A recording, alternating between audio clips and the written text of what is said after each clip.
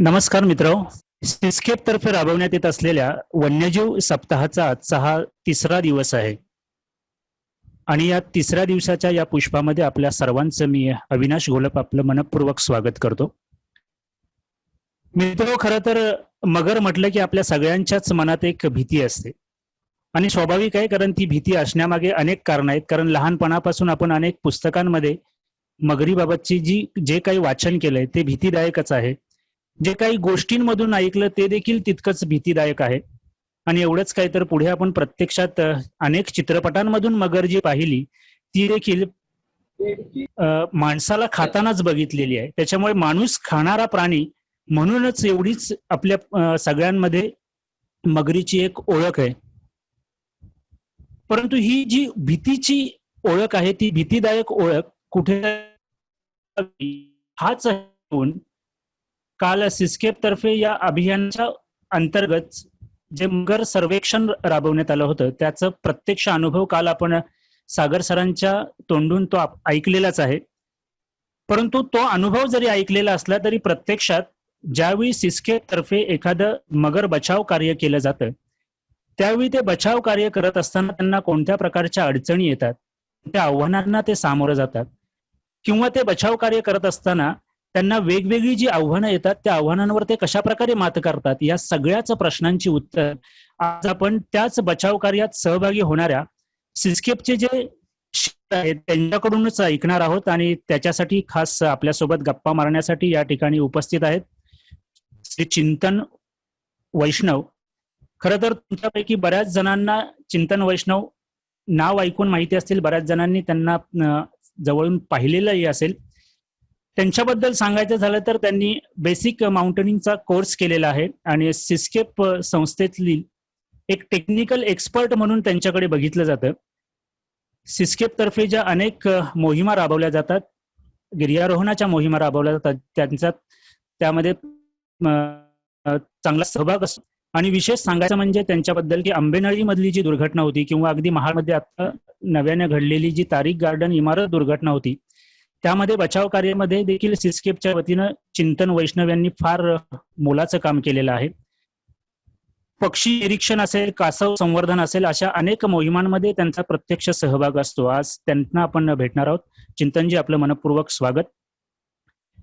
त्यांच्या समवेत आपल्यासोबत आहेत प्रणव कुलकर्णी. प्रणव कुलकर्णी यांच्याबद्दल सांगायचं झालं तर गेली 6-7 वर्ष ते सिस्केपचे संपूर्ण वेळ कार्यकर्ता म्हणून काम करतायत. त्यांचं विशेष उल्लेखनीय काम म्हणजे असं आहे की सापांचं जे बचाव कार्य सिस्केप तर्फे केलं जातं त्या बचाव कार्याच्या मोहिमांमध्ये त्यांचा प्रत्यक्ष सहभाग असतो आणि सापांबद्दलचं शास्त्रीय ज्ञान त्यांनी आत्मसात केलेलं आहे आणि शास्त्रीय माहिती त्यांना बरेचशी माहिती आहे. ते देखील सिस्केप तर्फे जी मगर बचाव कार्य केलं जातं त्या मोहिमेमध्ये त्यांचा सहभाग असतो. अशा या दोन्ही मान्यवरांचं मी पुन्हा एकदा आपल्या सर्वांच्या वतीनं स्वागत करतो आणि आपण प्रत्यक्ष मुलाखतीकडे वळतोय. चिंतनजी, सर्वप्रथम मी तुम्हाला एक प्रश्न विचारू इच्छितो की आता एकूणच मगरीचा हा संपूर्ण कालपासून आपण मगरीचा अनुभव घेतोय किंवा मगर सर्वेक्षण आपण केलेलं आहे, तर मगरींचे एकूण ढोबळ मनाने किती प्रकार असतात आणि आपल्या परिसरात ज्या मगरी आढळतात, म्हणजे महाड असतील, सावित्री नदी असेल, तर या परिसरामध्ये ज्या मगरी आढळतात त्या कोणत्या प्रकारातल्या मगरी आढळतात ते मला ऐकायला जास्त आवडेल. नक्कीच. भारतामध्ये बघायला गेलं तर 3 प्रजाती भेटतात, जाती भेटतात. त्यामध्ये महाराष्ट्रामध्ये एक भेटते आणि बाकीच्या आहेत त्या बाहेर भेटतात. महाराष्ट्रामध्ये इंडियन मार्श क्रोकोडाईल अशी भेटते जी आपल्या महाडमध्ये सावित्री नदीमध्ये आहे आणि त्याचं सायंटिफिक नेम आहे क्रोकोडिलस पॅलेस्ट्रीस. आणि ह्या ज्या मगरी आहेत त्या इंडियन सबकॉन्टिनेंटमध्ये आढळून येतात, म्हणजे त्या ठिकाणी सगळीकडे भेटतात. दुसरी जी आहे ती सॉल्ट वॉटर क्रोकोडाईल. ह्या मगरी भारताच्या पूर्व किनाऱ्यापासून ऑस्ट्रेलियापर्यंत आढळून येतात आणि ह्याचं सायंटिफिक नेम आहे क्रोकोडिलस पोरोसस. आणि ह्या मगरी ज्या आहेत या खाऱ्या पाण्यामध्ये राहतात. ह्याच्या आधी जी सांगितली मार्श क्रोकोडाईल ती गोड्या पाण्यात राहतात, पण आपल्या इथं खाडीतलं जे पाणी येतं तर मार्श क्रोकोडाईलचा स्वभाव आता असा झाला आहे की त्या खाऱ्या पाण्यात देखील येतात. तर त्यांची सरासरी लांबी असते 11 ते 12 फुटापर्यंत वाढलेल्या आहेत त्या मगरी, अशी नोंद आहे. आणि सॉल्ट वॉटर क्रोकोडाईल ह्या साईजनी खूप मोठ्या असतात आणि त्या साधारण 18 ते 20 फुटापर्यंत आढळून येतात.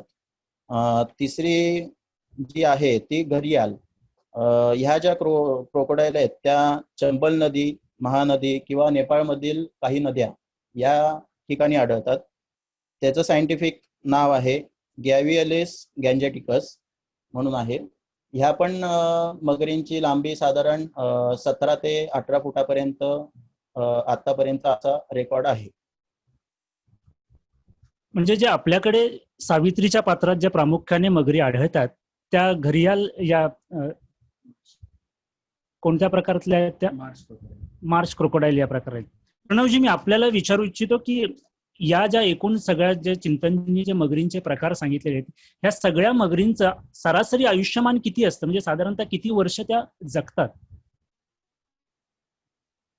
मार्श क्रोकोडाईल जी मगर आहे जातीची, ती बंदी अवस्थेत म्हणजे कॅप्टिव्हिटी मध्ये 40 ते 50 वर्ष जगल्याची नोंद आहे.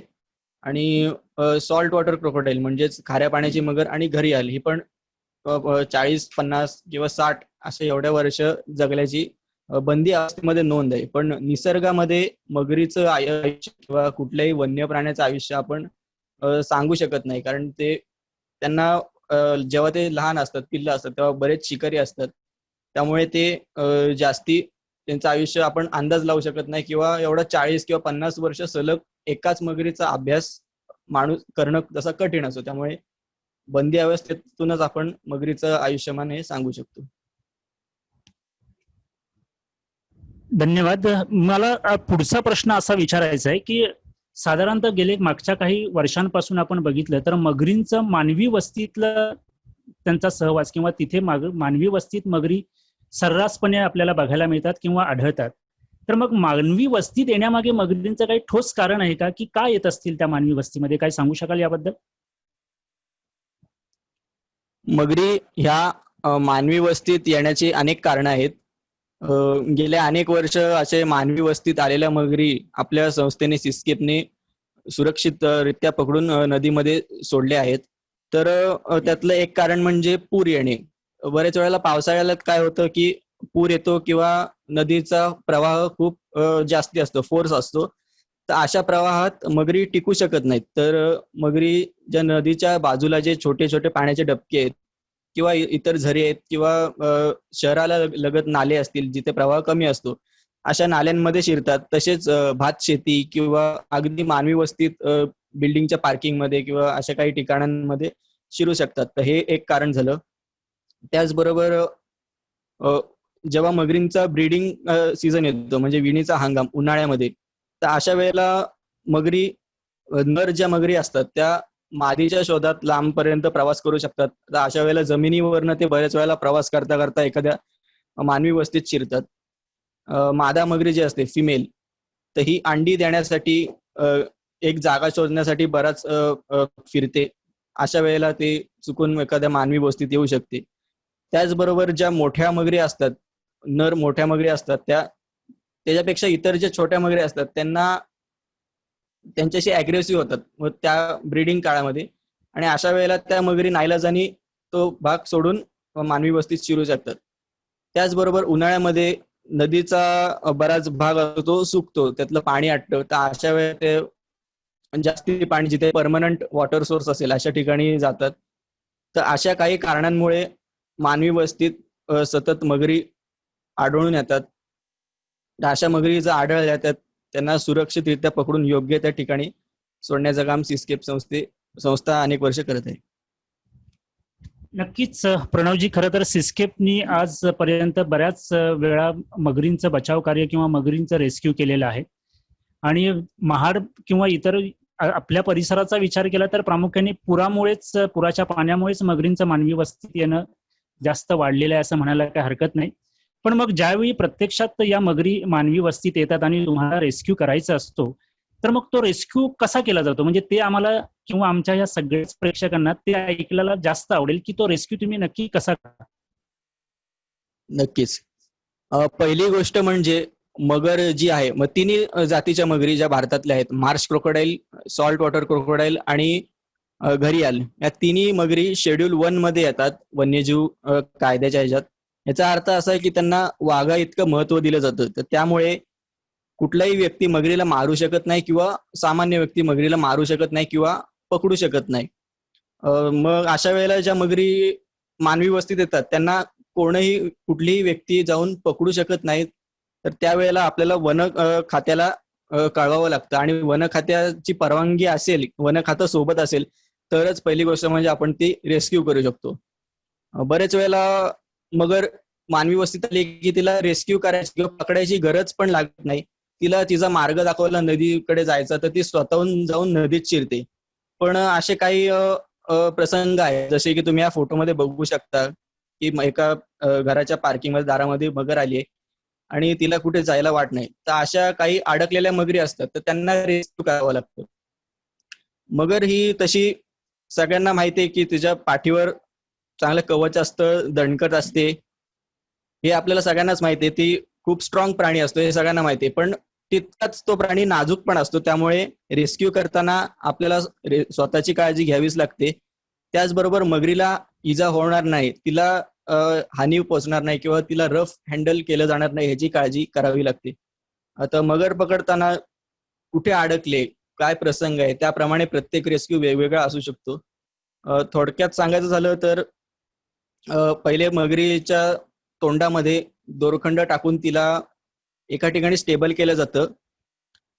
नंतर तिच्या डोळ्यावर एखादं कापड वगैरे टाकून तिचे डोळे, विजन आणि हिअरिंग हे बंद केलं जातं, जेणेकरून ती थोडी शांत होते.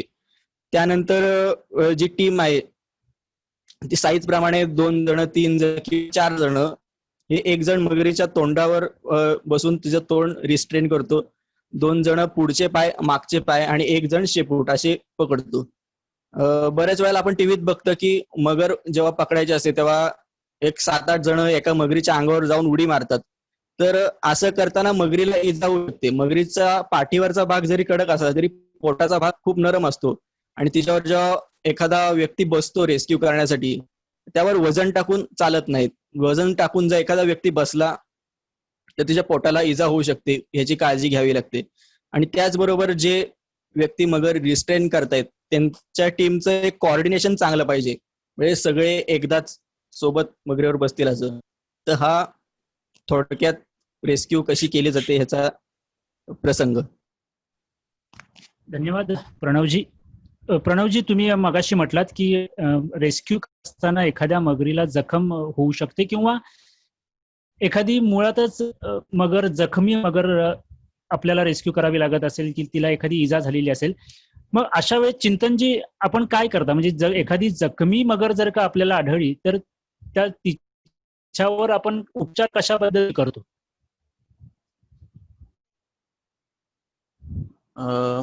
बरोबर आहे. आता बऱ्याच रेस्क्यू असे म्हणजे आमच्या निदर्शनात असे आलेत की 1-2 मगरी आहेत ना, लहान एक पिल्लू होतं, ते जखमी होतं आणि एक माणगाव मधला एक कॉल होता. माणगावमध्ये फॉरेस्ट डिपार्टमेंटनी फोन केलेला की नाल्यामध्ये एक मगर आहे, ती मृत अवस्थेत आहे, असा आम्हाला कॉल आलेला. पण ऍक्च्युअल तिथं आम्ही गेलो रेस्क्यूला, सगळं सामान वगैरे आम्ही कॅरी केलं, आमची टीम सगळी गोळा झाली आणि गेल्यानंतर तिथे लक्षात आलं की ही मगर जिवंत आहे. तर मगरीची अवस्था एकदम बिकट होती. आता तुम्ही स्क्रीनवर असाल, पूर्ण तिची अर्ध्याहून जास्त शेपूट कट झालेली आहे. त्यानंतर हेडचा भाग देखील अर्धा तुटलेला आहे. हे कशामुळे झालं हे सांगता नाही येणार, कारण का ते माहित नाही. आणि तिथल्या लोकांचं, स्थानिक लोकांचं असं म्हणणं होतं की ती जवळजवळ आठवडा 2 आठवडे झाले अशीच पडून आहे. तर मग अशा वेळेला ह्या मगरीला काय करायचं किंवा हिच्यावरती उपचार कसे करायचे? तर पहिला सुरुवातीला आम्ही हिला पूर्ण सेफ, कारण ती ऑलरेडी इंजर्ड झालेली, पूर्ण डिहायड्रेट पण झालेली होती आणि ब्लड पण खूप निघून गेलेलं होतं तिचं.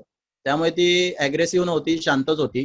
तिला आम्ही लवकरात लवकर रेस्क्यू केलं फॉरेस्ट डिपार्टमेंटशी बोलणं केलं. फॉरेस्ट डिपार्टमेंटशी बोलल्यावरती त्यांना 2 आम्ही जागा अशा सुचवल्या, की एक बोरिवलीतलं संजय गांधी नॅशनल पार्क आणि दुसरं पुण्यातलं जे स्नेक पार्क आहे ते.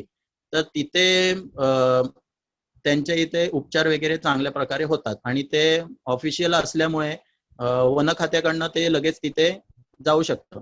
म्हणून ह्या 2 ठिकाणी आम्ही लगेच पाठवायचा निर्णय घेतला. त्यामध्ये आम्ही ही मगर पुण्यामध्ये शिफ्ट केली आणि दुर्दैव असं आहे की मगर खूप हे झालेली होती, त्यामुळे तिचं पुढचे 3-4 दिवसानंतर ती डेथ झाली. पण कसं आहे की पुणा महाड पासून किंवा माणगाव पासून खूप अंतर लांब आहे. साधारण जायला जरी गेलो तरी 3 ते 4 तास लागतात.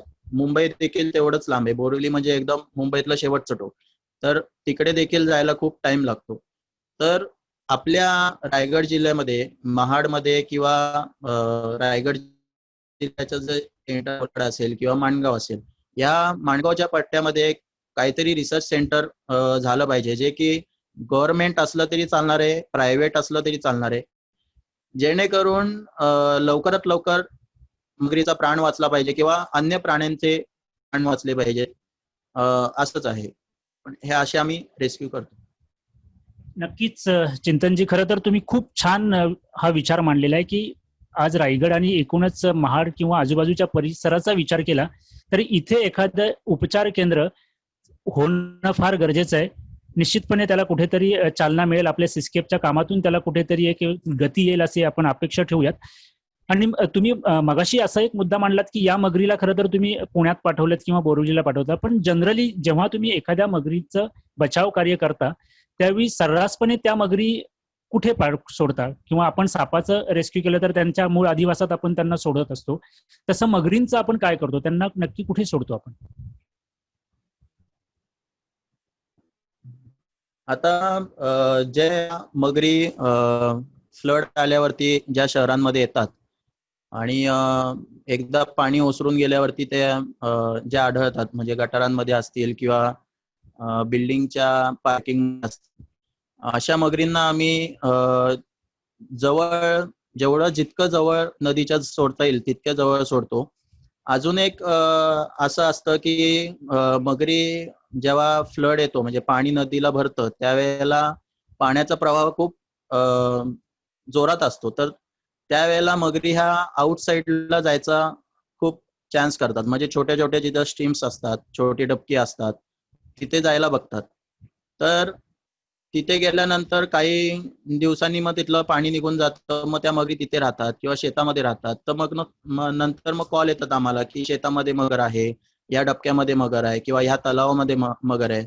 आता आमच्या इथं बघायला गेलं तर कोल साईडला कॉरी आहेत, त्या बंद पडलेल्या आहेत. त्या कॉरीमध्ये खड्डा झालाय, त्या खड्ड्यामध्ये 3-4 मगरी आहेत असं आम्हाला सांगतात.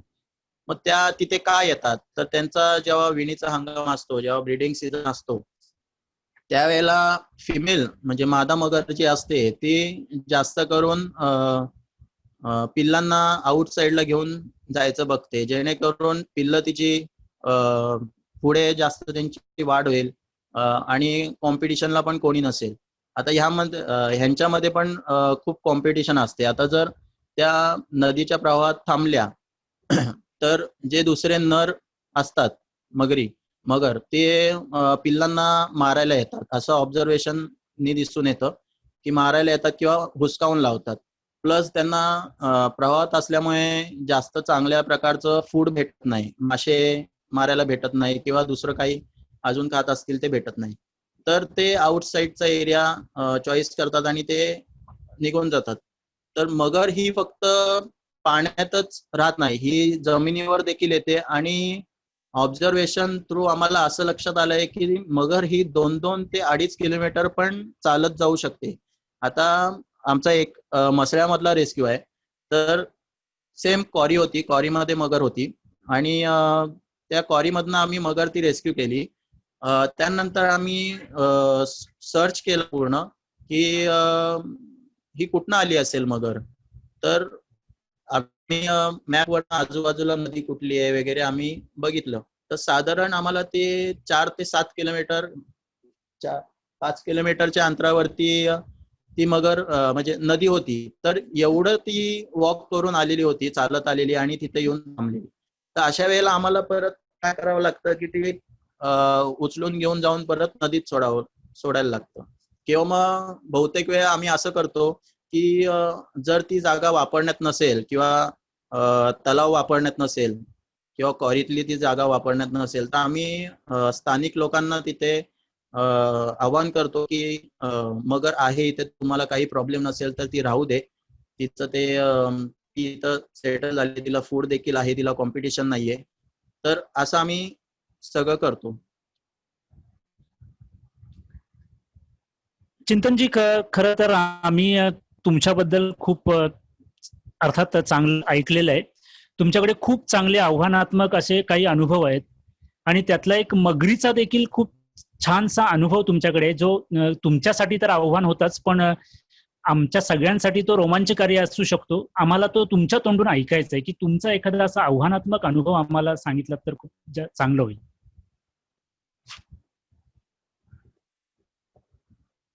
असे आतापर्यंत म्हणजे बघायला गेलं तर ऑन रेकॉर्ड आपल्याकडे सिप संस्थेने 53 मगरी आता लास्ट पर्यंत रेस्क्यू केल्यात. आता अजून एक ऍड झाली, इथे आपल्या नांगलवाडी फाट्यावरती एक मगर पकडली, ती 54वी. आणि सगळ्या मगरींचा विथ GPS प्लस फोटो सहित सगळे रेकॉर्ड्स आहेत आपल्याकडे. रेस्क्यू मध्ये सगळ्यात महत्वाचं म्हणजे कोऑर्डिनेशन असतं. सुरुवातीचे जेव्हा आमची टीम होती, ज्यावेळेला आम्ही पहिली मगर पकडली, मी आणि माझा मित्र योगेश आणि अजून सागर सर वगैरे, आम्ही रात्री इथे आपल्या मोहल्ल्याच्या इथे एक मगर गटारात आलेली होती आणि त्या मगरीला आम्ही रेस्क्यू केलं त्यावेळेला. आणि त्यानंतर ते फर्स्ट रेस्क्यू असल्यामुळे ते आम्ही एकदम म्हणजे त्यावेळेला ऍक्च्युली माहित नव्हतं काय करायचं, कसं काय करायचं. पण आम्ही ती मगर व्यवस्थित तिला उचलून बाहेर काढलं, बांधलं तोंडाला, तिच्यावरती बसलो. नंतर नगरपालिकेची गाडी आली, त्याच्यात आम्ही ठेवली मगरीला आणि मग जाऊन रात्रीच आम्ही तिला रिलीज केली. त्यानंतर दुसरा एक आहे केंबुर्लीमध्ये. आता तुम्ही स्क्रीनवरती बघत असाल, हे कोरडी विहीर आहे आणि ह्याच्या जवळजवळ 50 ते 60 मीटरच्या पुढे नदी आहे, सावित्री नदी आपली. तर ही मगर विहिरीत पडलेली होती, जिवंत आहे. आणि ह्या मगरीला रेस्क्यू करण्यामध्ये खूप आमचं चॅलेंजिंग टास्क होतं, कारण जागा खूप कमी आहे. त्यातून मगर खूप मोठी होती आणि प्लस आजूबाजूला ती विहीर बंद असल्यामुळे आजूबाजूला झाडी देखील खूप होती. तर सर्वात प्रथम आम्हाला रेस्क्यूला बोलवल्यावरती आम्ही तिथे जातो. आमचं सगळं जे काही इक्विपमेंट असेल ते आम्ही एका ठिकाणी मांडतो. मांडल्यानंतर सगळे प्रिपेअर होतो आम्ही. पहिलं स्पॉट बघून झाल्यावरती आम्ही डिस्कशन करतो की काय करता येईल, कसं रेस्क्यू करायचा. पहिलं कोण हेडवरती बसणार, पाठीवरती कोण बसणार, शेफ्टीकडे कोण जाणार, असं सगळं माइंडमध्ये प्लॅनिंग होतं. प्लॅनिंग झाल्यानंतर मग आम्ही ऍक्च्युअल ऍक्शनला रेडी असतो. तर ह्या मगरीचं रेस्क्यू करताना आम्हाला तिथे अडचण काय झाली की आजूबाजूला खूप झाडी होती, म्हणजे खूप घनदाट जंगल होतं, जंगलामध्येच होतं ते ऍक्च्युली विहीर. आणि ही विहीर बंद असल्यामुळे पाणी नव्हतं त्याच्यात आणि खोल होती. तर ह्याच्यात आम्हाला उतरण्यासाठी रोप प्लस आमचं जे गिर्यारोहणासाठी आम्ही जे सामान यूज करतो, हार्नेसेस असतील, कॅरेबिनर असतील, रोप असतील, तर ते आम्हाला अँकरिंग करून खाली उतरायचं होतं. नॉर्मली जेव्हा मगर आम्ही रेस्क्यू करतो, जमिनीवरती असेल, पार्किंग मध्ये असेल, तर आम्ही डायरेक्ट जाऊन तोंडामध्ये फास वगैरे टाकतो आणि रेस्क्यू करतो. पण ह्या वेळेला आम्हाला ऍक्च्युअल तिच्या समोर विहिरीमध्ये उतरून आम्हाला रेस्क्यू करायचा होता. आता ह्यामध्ये परत डिसिजन झाला की कोण उतरणार पहिलं खाली. तर मग 3-4 जण आम्ही निवडली आणि मग आम्ही रोप वगैरे अँकर केले आणि 2 झाडांना रोप बांधले. मधनं आम्ही खाली उतरलो, एका झाडाला बांधला आणि खाली उतरल्यावरती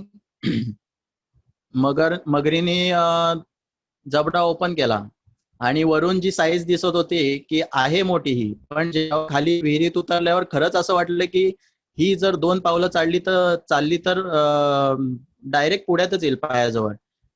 तर ह्या सगळ्या गोष्टींचं त्यामध्ये खूप हे करायला लागतं आणि मग आम्ही ही व्यवस्थित साधारण आम्हाला 2 ते 2.5 तास लागले आम्हाला या क्रोकोडाईलला रेस्क्यू करायला. खूप छान एक्सपिरियन्स होता. सगळ्यात महत्वाचं सांगायचं म्हणजे टीम कोऑर्डिनेशन. आमचं टीम कोऑर्डिनेशन एवढं छान आहे की सांगायला लागत नाही पोरांना की तुम्ही आता हे करा. त्यांना ज्या वेळेला आम्ही फास्ट टाकतो किंवा मगरीच्या तोंडावरती एक जण जाऊन बसतो की लगेच इमिजिएट विचार न करता मागणे येऊन सगळी पोरं बसतात, पाय वरती घेतात, एक जण स्ट्रेचर आणतो, पाय बांधायला घेतो, हेड बांधायला घेतो आणि मग अशा प्रकारे चांगलं काम होतं. तर हा एक आमचा चॅलेंजिंग रेस्क्यू होता आणि खूप सारं शिकायला पण भेटलं ह्यातनं, या रेस्क्यू मधनं. नक्कीच चिंतनजी, खरं तर तुम्ही जे सांगितलं की तुमचं हे सगळं जे काम चालतं ते टीम वर्कनी चालतं. खरं तर हे तुमच्या सगळ्यांचं कौतुक आहे आणि आज गेली अनेक वर्ष सिस्केपच्या माध्यमातून जे मगर बचाव असेल किंवा सापांसाठी संवर्धनासाठी केलेलं काम असेल, गिधाडांसाठी केलेलं काम असेल, ते खरं तर तुमचं सगळं किंवा तुम्ही जे सगळी मंडळी आज एक नवी फळी जी सिस्केपची उभी राहिलेली आहे त्यांच्या माध्यमातून उभं राहिलेलं आहे.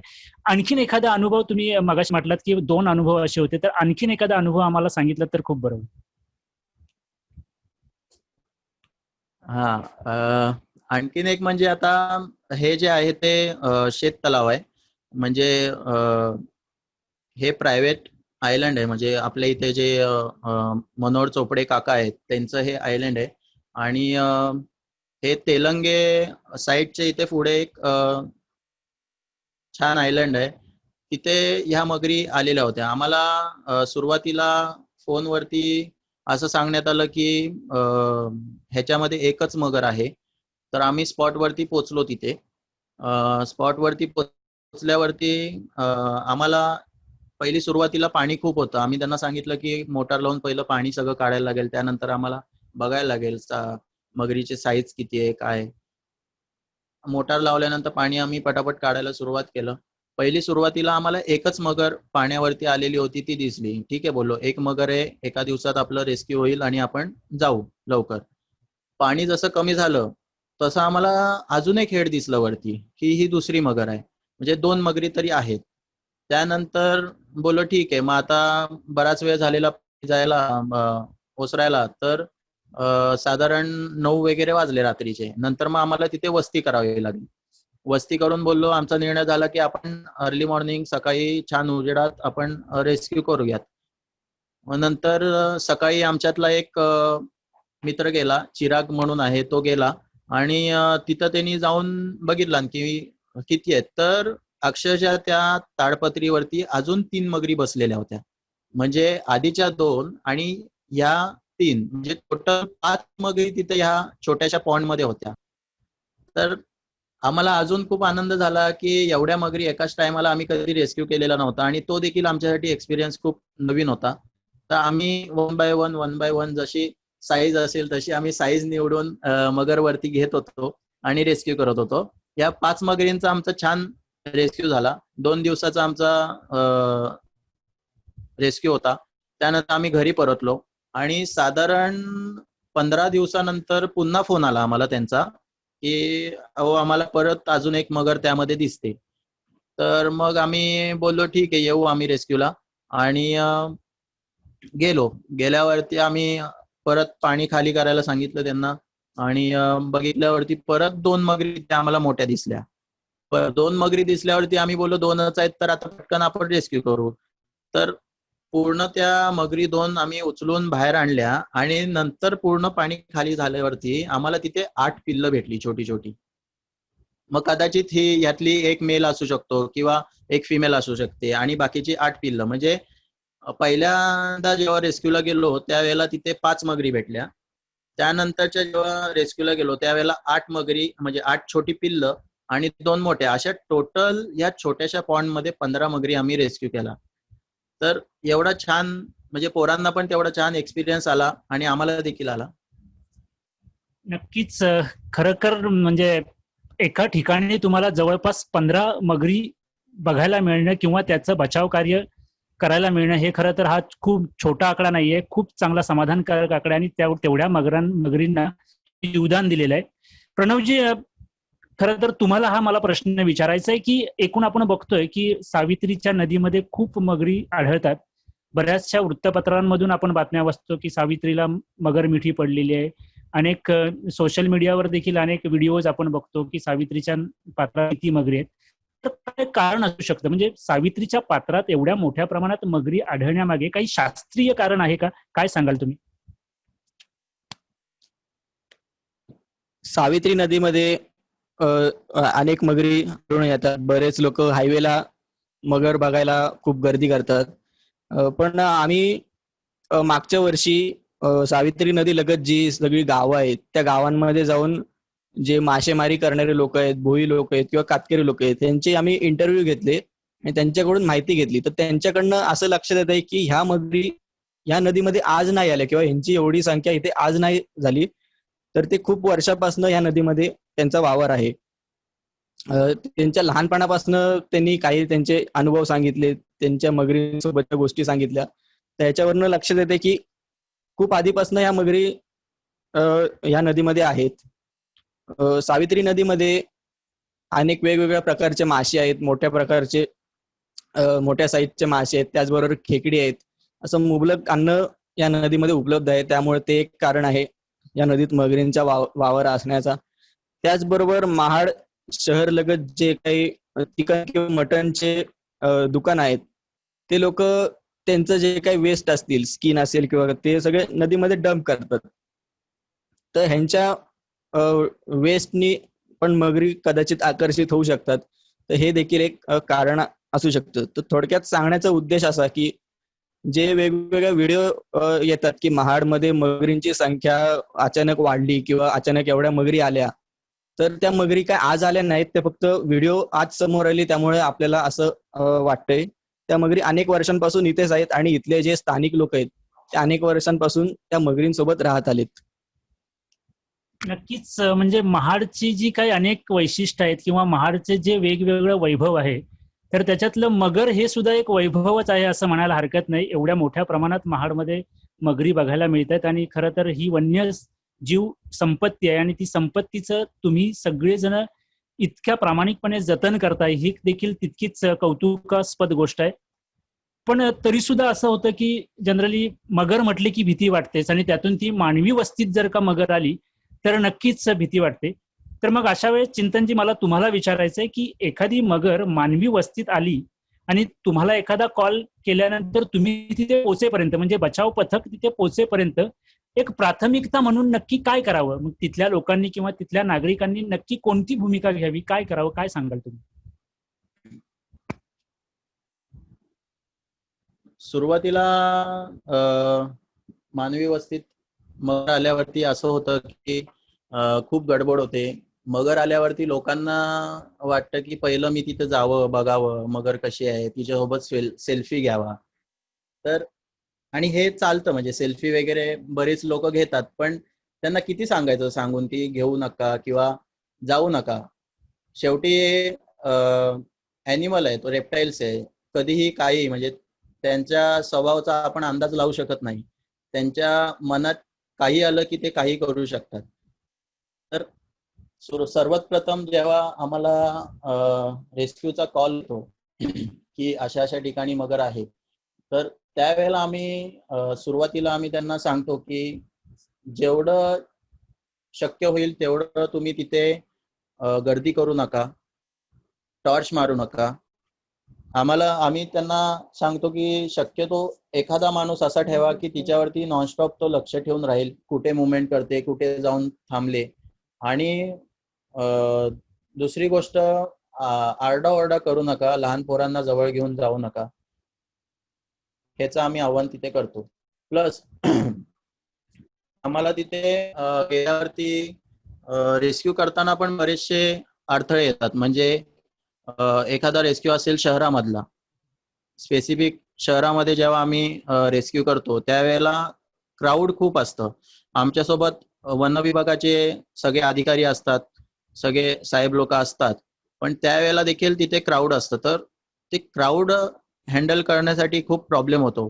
तर त्याच्यासाठी आम्हाला स्पेसिफिक आमच्यातली 3-4 जण टीम तिथे ठेवावी लागते. कारण एखादी क्रोकोडाईल रेस्क्यू करताना शांत विचाराने डोकं शांत ठेवून ती रेस्क्यू करावी लागते. आता ज्या वेळेला क्राऊड होतो त्यावेळेला आजूबाजूनी बोलणारे खूप लोक असतात आणि आवाज करणारे देखील खूप लोक असतात. त्यामध्ये क्रोकोडाईल डिस्टर्ब होते. म्हणजे जी क्रोकोडाईल सहज 10 ते 15 मिनिटात आम्ही रेस्क्यू करू शकतो, त्या ठिकाणी त्या क्रोकोडाईल ती अग्रेसिव्ह होऊन आम्हाला अर्धा 1 तास जातो. तर हे सगळं आम्हाला त्या ठिकाणी कंट्रोल करावं लागतं, की क्राऊड कंट्रोल करणं आणि प्लस जेवढी आमची टीम असेल तीच तिथे थांबणं आणि वनविभागाचे जेवढे माणसं असतील ते क्राऊड कंट्रोल साठी थांबतील.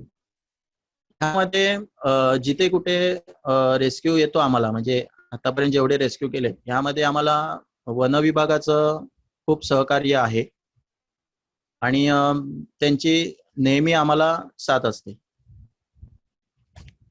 नक्कीच म्हणजे थोडक्यात असं आहे की जोपर्यंत बचाव पथक तिथपर्यंत पोहोचत नाही तोपर्यंत नागरिकांनी किमान संयम तरी बाळगावा, एवढंच त्याच्यावर प्राथमिकता आहे असं आपण म्हणू शकतो. कारण माणसं जर का शांत बसली तर आपोआप मगर देखील शांत बसेल आणि मग तुम्हाला रेस्क्यू करायला आणखीन जास्त सोपं जाऊ शकतं. चिंतनजी, तुम्ही आता बोलताना खरं तर वन विभाग किंवा इतर शासकीय संस्थांचा देखील उल्लेख केलेला आहे. या अनुषंगानं मला तुम्हाला असं विचारायचंय की एकूण सिस्केपचं जे हे मगर बचाव कार्य चालतं, म्हणजे स्पेशली मगरींसाठीचं जे बचाव कार्य चालतं, तर या बचाव कार्यामध्ये शासनाची आपल्याला कशा प्रकारे मदत होते किंवा शासनाचं सहकार्य कसं लाभतं आपल्याला? आता ह्यामध्ये कुठेही रेस्क्यू असला की आम्हाला किंवा वन विभागाला पहिला कॉल येतो.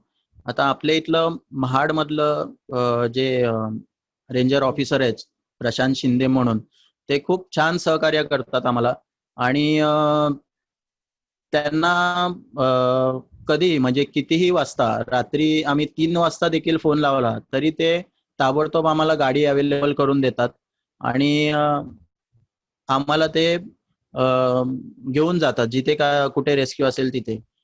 तर वन विभागाचे ज्या वेळेला वेगवेगळे डिव्हिजन असतात त्यांचे, म्हणजे साधारण आपल्या भागातला रायगडचा पट्टा असेल किंवा दासगावचा पट्टा असेल किंवा या साईडला गेलं तर सौचा पट्टा असेल, तर प्रत्येक डिव्हिजन मध्ये वेगवेगळे ऑफिसर्स असतात.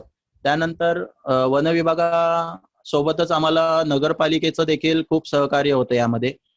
आम्हाला वेळोवेळी नगरपालिका डंपर अवेलेबल करून देते. म्हणजे जे ट्रक असतो त्यामध्ये आम्ही मोठी मगर असेल साधारण 13 ते 14 फुटाची मगर असेल तर ती आम्ही त्या ह्याच्यात गाडीमध्ये त्यांच्या मोठ्या ठेवतो आणि घेऊन जातो. आपल्या सिस्केप कडे अजूनपर्यंत व्हेकल नाही आहे अवेलेबल.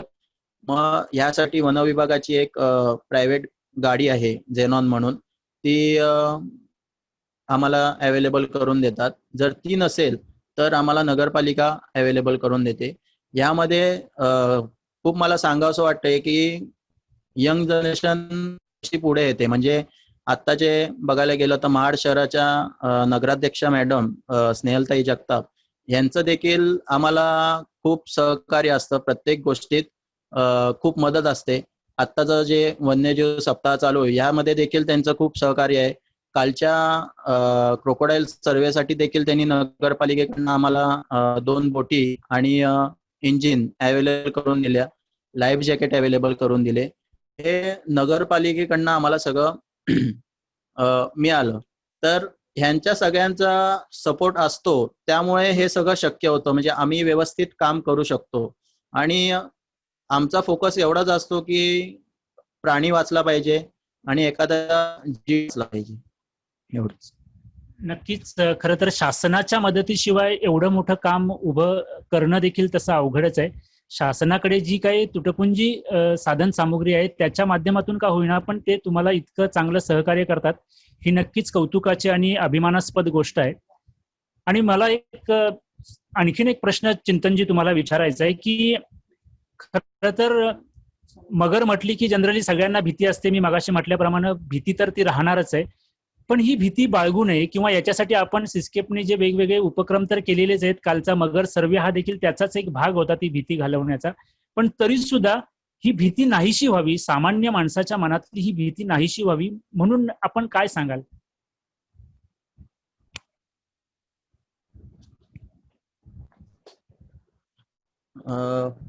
सुरुवातीला आपण ह्या ज्या आपल्या इथं सावित्री नदीमध्ये ज्या मगरी भेटतात, इंडियन मार्श क्रोकोडाईल, ह्या खूप तसं बोलायला गेलो तर शांत मगरी आहेत. म्हणजे माणसाच्या जवळ येत नाहीत ह्या. उलट माणूस पाण्यात उतरला की ह्या पळून जातात.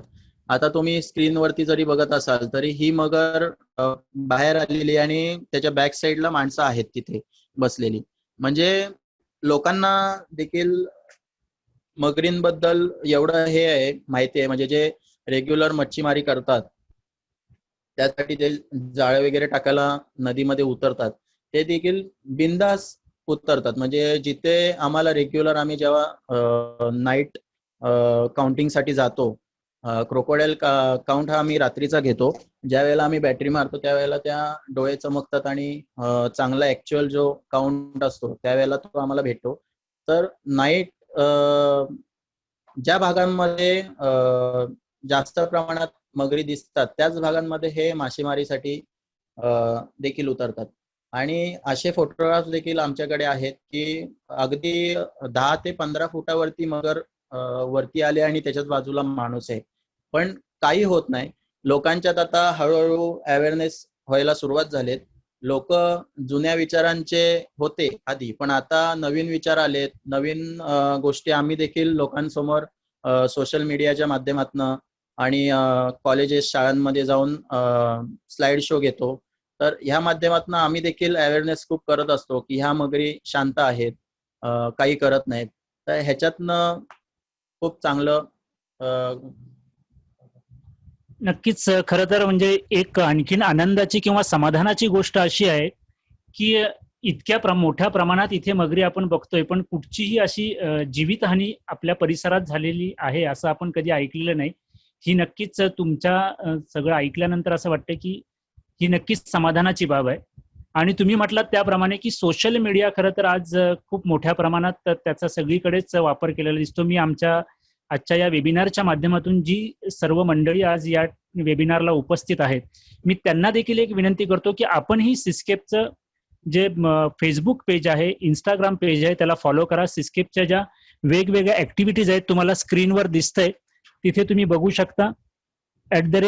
@टीम सिस्केप असं आपलं त्याचं नाव आहे आणि त्याला तुम्ही फॉलो करू शकता आणि सिस्केपच्या सगळ्याच ऍक्टिव्हिटीमध्ये तुम्ही सहभागी देखील होऊ शकता. यानंतर तुम्हाला काही प्रश्न असतील, म्हणजे प्रेक्षकांना जर का काही प्रश्न असतील तर तुमचे प्रश्न तुम्ही चॅट बॉक्समध्ये पाठवलेत तर त्या प्रश्नांची देखील उत्तरं देण्याचा आम्ही प्रामाणिकपणे प्रयत्न करणार आहोत. आपल्याकडे तसा वेळही कमी आहे, आपल्याला शेवटची काही मिनिटच राहिलेली आहेत, पण तुमच्या प्रश्नांचं समाधानकारक उत्तर देण्यासाठी हा वेळ आपण वाढवू देखील शकतो. या सगळ्या वेळेचं भान ठेवून चिंतनजी, एक मी शेवटचा प्रश्न तुम्हाला विचारतोय की एकूणच आज सिस्केपनं या सगळा जो हा मगर बचाव असेल किंवा पक्षी निरीक्षण असेल, गिधाड संवर्धन असेल, साप बचाव असेल, हा सगळा जो उपक्रम हाती घेतलेला आहे हा एकूणच सगळा कौतुकास्पद आहे. तर या सगळ्या उपक्रमासाठी समाजाकडून तुम्हाला कशा प्रकारे प्रतिसाद मिळतो आणि हा प्रतिसाद मिळण्यासाठी जो सकारात्मक तर आहेच, पण तो प्रतिसाद मिळत असताना सिस्केपसाठी आणखीन समाजाकडून तुमच्या काही अपेक्षा आहेत का? ह्या अपेक्षा म्हणजे मी आर्थिक किंवा अशा अर्थाने म्हणत नाही, पण एक मानसिक आधार म्हणून किंवा तुमच्या पाठीवर एखादी कौतुकाची थाप देखील पडली तरी देखील तुमचा उत्साह आणि हुरूप वाढणार आहे. तर अशा पद्धतीने तुम्ही समाजासाठी काही आवाहन कराल का? नक्कीच. आता जर आपल्या इथं जर बघितलं तर सिस्केप मधली जेवढी यंग जनरेशन आहे, जेवढी न्यू यूथ आहे, तो या सगळ्या रेस्क्यूमध्ये खूप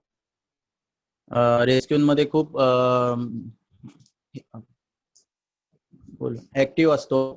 तर ह्यांना प्रत्येक ठिकाणी हे कुठेही काही झालं तरी रेस्क्यू साठी जात असतात किंवा जातो आम्ही.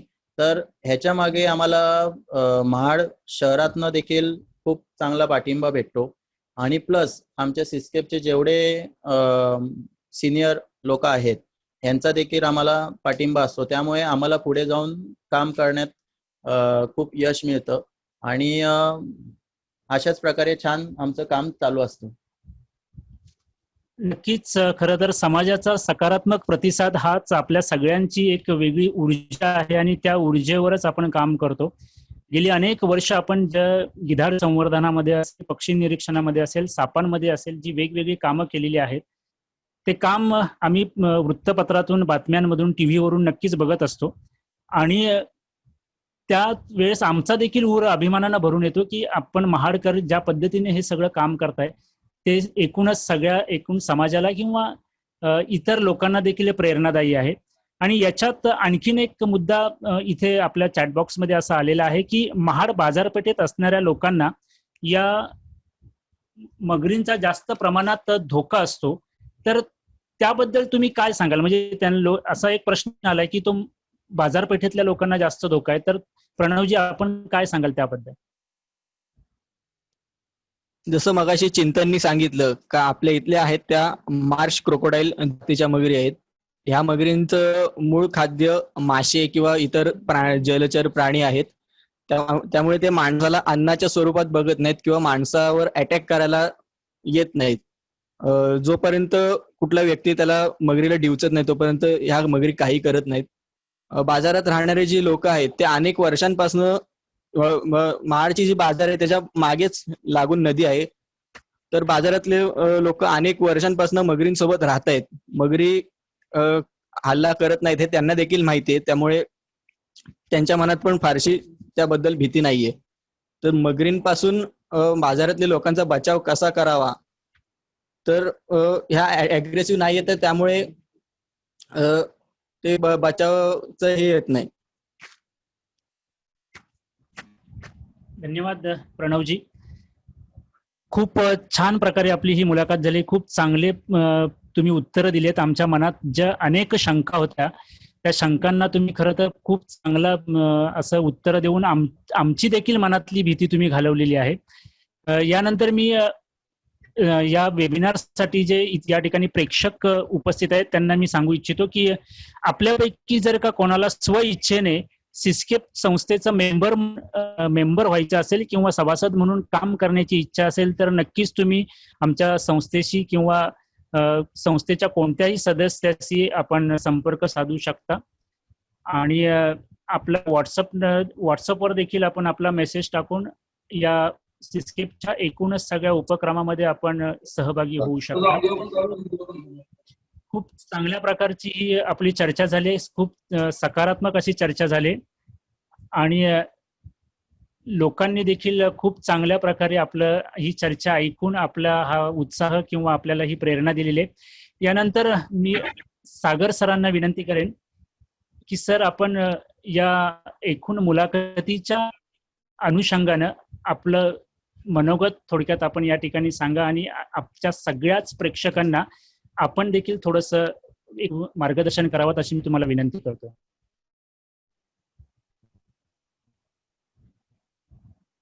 हॅलो सागर सर, हॅलो, आवाज येतोय? हा ऐकू सर, येते बोला. का? हॅलो, आवाज येतोय माझा? हॅलो, हा. येतोय. सगळ्यांच्या खूप मनापासून शुभेच्छा, कारण तुम्ही खूप छान मुलाखत घेतली अविनाश सर. आणि सगळ्या टीमनी पण खूप छान त्यांचा मनोगत व्यक्त केला, अनुभव शेअर केले. खूपच तुमचं सगळ्यांचं मनापासून अभिनंदन. आणि महाड वन विभाग जो आहे तो आणि एकंदरीतच आपला रायगड विभागातला सगळा वन विभागाचा आणि ठाणे वन विभाग या सगळ्यांचे मी मनापासून आभार मानतो. कारण खरं तर हा शेड्यूल 1 मधला प्राणी आहे आणि आपण कुठलेही वाईल्ड लाईफ रेस्क्यू करतो हे वन विभागाच्या सहकार्यामुळेच होतात. त्यामुळे त्यांना हे खरे अधिकार आहेत आणि त्यांनी आपल्याला मार्गदर्शन करणं, त्यांच्या सूचनेप्रमाणे आपण रेस्क्यूला जाणं वगैरे ह्या सगळ्या गोष्टी आपण सांभाळतो. आपल्याला बाजूला ठेवून फॉरेस्टच्या कामांमध्ये आपण हे सगळं करतो. त्यामुळे फॉरेस्टचं इतकं छान सहकार्य आपल्याला लाभतं, त्याबद्दल फॉरेस्टच्या मनापासून या वन खात्याचे सगळ्यांचे आभार मानतो. आणि त्यांच्या मार्गदर्शनाने आपलं जे काम होतं ते नियमात होत असल्यामुळे तिथे कुठल्याही प्राण्याला इजा होणे किंवा काय होणे या सगळ्या गोष्टीची आधीची नोंद आणि नंतरची नोंद या दोन्ही गोष्टी आपण करत असतो. त्यामुळे तांत्रिकदृष्ट्या वन विभागाच्या नियमांच्या पलीकडे कुठेही कसुबर न जाता ही सर्कस करणं आणि तो अॅनिमल रेस्क्यू करणं हे कठीण काम आपली ही सगळी तरुण पिढी करते. त्याबद्दल मला खरंच मनापासून सगळ्यांचा कौतुक करावंसं वाटतं आणि अभिमानही वाटतो. धन्यवाद. धन्यवाद सर. पुन्हा एकदा अजून कोणाला काही प्रश्न असतील तर आपण चॅट बॉक्स मध्ये विचारू शकताय. आपल्याकडे अजून वेळ आहे, आपण अजून एक 5 मिनिटात वाट पाहू शकतो. आणि खरं तर चिंतनजी आणि प्रणवजी, आपल्या दोघांचंही मी आमच्या सगळ्या प्रेक्षकांच्या वतीनं मनपूर्वक आभार मानतो की खूप बिझी शेड्यूल मध्ये, कारण काल तुम्ही एवढा सगळा मगरींचा सर्वे आणि त्या तिथे झालेला त्रास, हा सगळा त्रास सहन करून आज तुम्ही या मुलाखतीसाठी उपस्थित राहिलात, त्याबद्दल तुमचं मी पुन्हा एकदा मनपूर्वक आभार मानतो. सिस्केप तर्फे हा जो वन्यजीव सप्ताह सुरू होतोय, याच्यासाठी रोज वेगवेगळे कार्यक्रम आहेत. रोज संध्याकाळी रात्री आपण वेगळे वेबिनार्स आयोजित केलेले आहेत. तर ते वेबिनार्स आपण सर्वांनी फॉलो करावेत अशी मी आपल्या सगळ्या प्रेक्षकांना विनंती करतो. प्रेक्षकांचा देखील आभार मानतो की आपण देखील वेळ काढून हा सगळा अनुभव आपण ऐकलात आणि आमच्या सगळ्यांचंच तुम्ही एक वेगळं कौतुक केलं, त्याबद्दल तुमचं देखील मनपूर्वक आभार. आणि या ठिकाणी हे वेबिनार संपलं असं मी जाहीर करतो. धन्यवाद. शुभरात्री.